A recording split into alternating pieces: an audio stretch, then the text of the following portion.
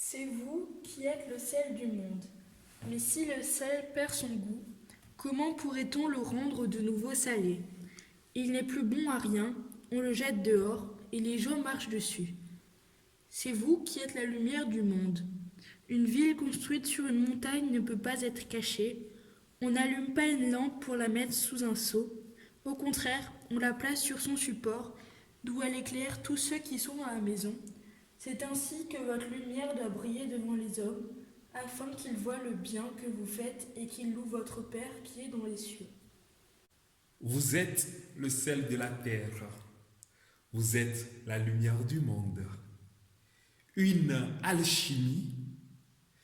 De la chimie, le sel donne du goût.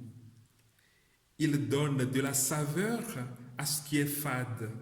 Bref, il valorise, mais il a d'autres caractéristiques. Il a la propriété de conduire l'électricité.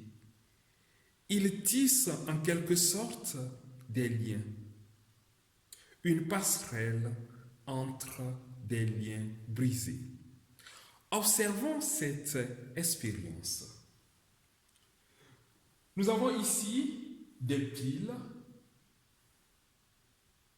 avec des fils qui vont vers des lumières LED. Et là, un verre vide avec un fil qui est rompu. Je verse de l'eau dans ce verre et je verse aussi du sel.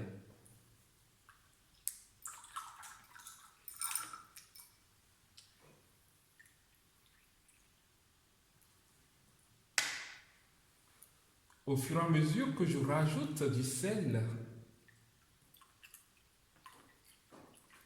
les LED brillent de plus en plus. Si tu es sel aujourd'hui pour ceux qui t'entourent, quel lien voudras-tu mettre en valeur?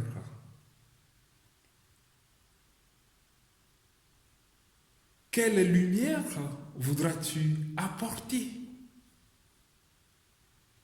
Si tu es lumière, que voudras-tu éclairer pour que tes proches, tes amis, malgré ces temps difficiles, malgré ce confinement, chantent avec toi?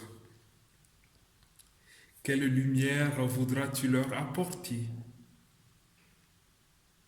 Écoute, je te lance un défi aujourd'hui.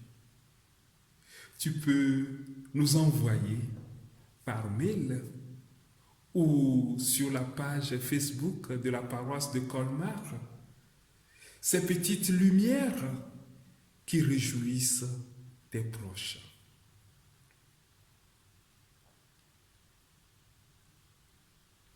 Je t'invite à la prière. Éternel notre Dieu, nous venons vers toi avec humilité. Nous remettons entre tes mains nos jeunes qui se posent plein de questions.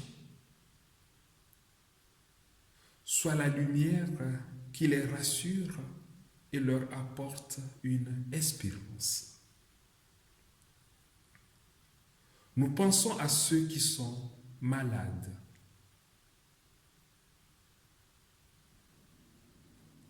Nous pensons aux soignants.